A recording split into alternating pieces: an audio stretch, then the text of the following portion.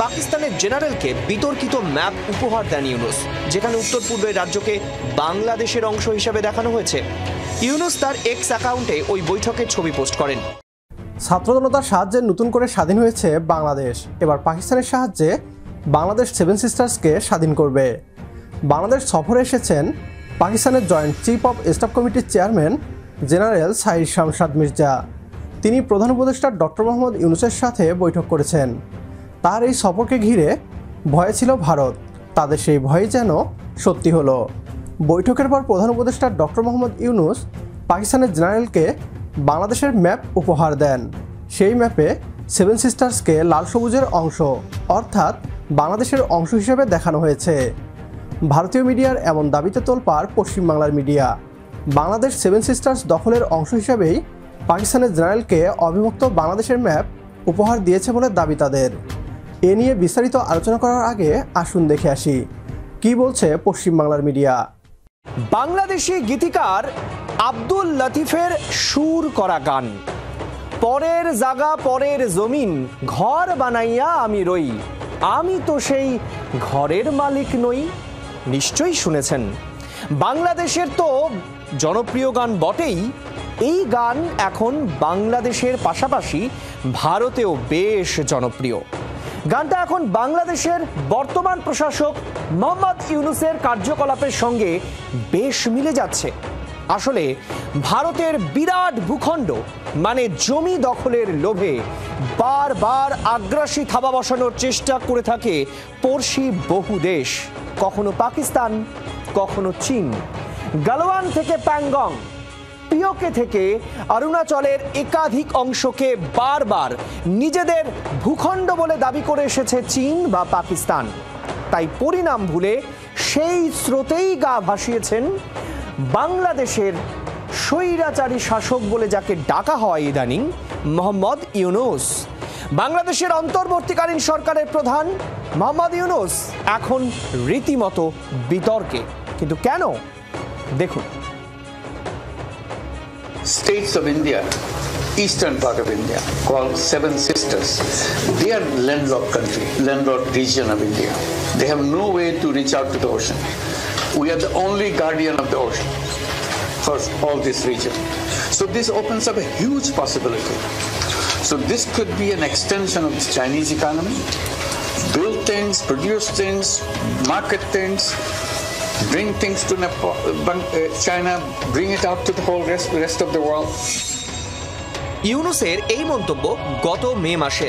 সে সময় ইউনূস বলেছিলেন ভারতের উত্তর পূর্বের 7টি রাজ্যকে নিয়ে বাংলাদেশ ও চীনের সঙ্গে মিলে একটি মিলিত অর্থনৈতিক পরিকল্পনার প্রয়োজন।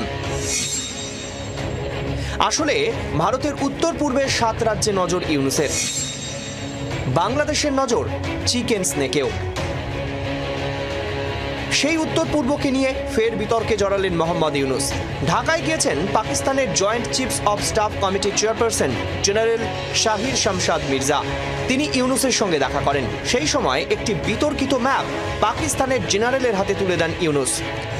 পাকিস্তানের জেনারেলকে বিতর্কিত ম্যাপ উপহার দেন ইউনূস, যেখানে উত্তর পূর্বের রাজ্যকে বাংলাদেশের অংশ হিসেবে দেখানো হয়েছে। ইউনূস তার এক্স অ্যাকাউন্টে ওই বৈঠকের ছবি পোস্ট করেন। ছবিগুলির মধ্যে একটি ছবিতে দেখা যায় ইউনূস জেনারেল মির্জাকে আর্ট অফ ট্রায়াম্ফ নামের একটি বই উপহার দিচ্ছেন, যার প্রচ্ছদে প্রকাশিত মানচিত্রে ভারতের উত্তর পূর্বের 7 রাজ্যকে বাংলাদেশ ভূখণ্ডের হিসেবে দেখানো হয়েছে। এই ছবি প্রকাশের পর থেকেই বাংলাদেশের অন্তর্বর্তী সরকারের প্রধানের বিরুদ্ধে তীব্র প্রতিক্রিয়া শুরু হয়েছে। সমাজ মাধ্যমে ইউনূসের এই পদক্ষেপকে ভারতের সার্বভৌমত্বের ওপর অবাঞ্ছিত হস্তক্ষেপ বলে উল্লেখ করেছেন অনেকে। ভারতের বিদেশ মন্ত্রক এখনও এ বিষয়ে প্রতিক্রিয়া জানায়নি। বিতর্কিত মানচিত্রটি মূলত তথাকথিত গ্রেটার বাংলাদেশ ধারণার অংশ, যা বাংলাদেশের মৌলবাদী ইসলামী গোষ্ঠীগুলি বহুদিন ধরে প্রচার করে আসছে। মানচিত্রে ভারতের 7 রাজ্যকে বাংলাদেশের অংশ হিসেবে দেখানো হয়। এখন প্রশ্ন হলো, এটা ভুল না ইচ্ছাকৃত? রাজনৈতিক মহলের ধারণা, ইউনূসের উপহারে থাকা ভারতের অংশকে বাংলাদেশ বলে দেখানো আসলে ভারতের সার্বভৌমত্বকে চ্যালেঞ্জ জানানো। 71-এর রক্তাক্ত ইতিহাস ভুলে পাক প্রেমে হাবুডুবু ইউনূস সদ্য বাংলাদেশে দেখা করেছেন পাকিস্তানের উপপ্রধানমন্ত্রী তথা বিদেশমন্ত্রী ইশাক দারও। ব্যুরো রিপোর্ট, জি24 ঘন্টা। পাকিস্তানের জয়েন্ট চিফ অফ স্টাফ কমিটির চেয়ারম্যান জেনারেল সাহির শামসাদ মির্জা গত শনিবার রাতে রাষ্ট্রীয় অতিথি ভবন যমুনায় প্রধান উপদেষ্টা ডক্টর মোহাম্মদ ইউনূসের সঙ্গে সৌজন্য সাক্ষাৎ করেন।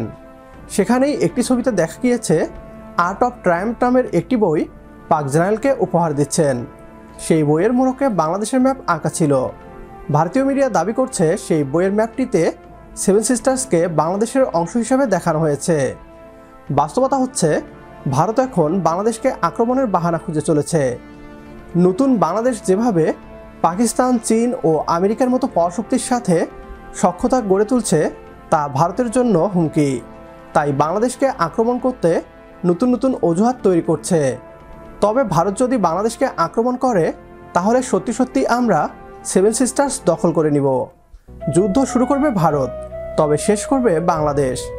একমত হলে কমেন্ট বক্সে ইয়েস লিখে জানিয়ে দিন আমাদের। সেই সাথে ভিডিও শেয়ার করে দেখার সুযোগ করে দিন আপনার বন্ধুদের। পরবর্তী ভিডিও দেখার আমন্ত্রণ জানিয়ে বিদায় নিচ্ছি আজ। আল্লাহ হাফেজ।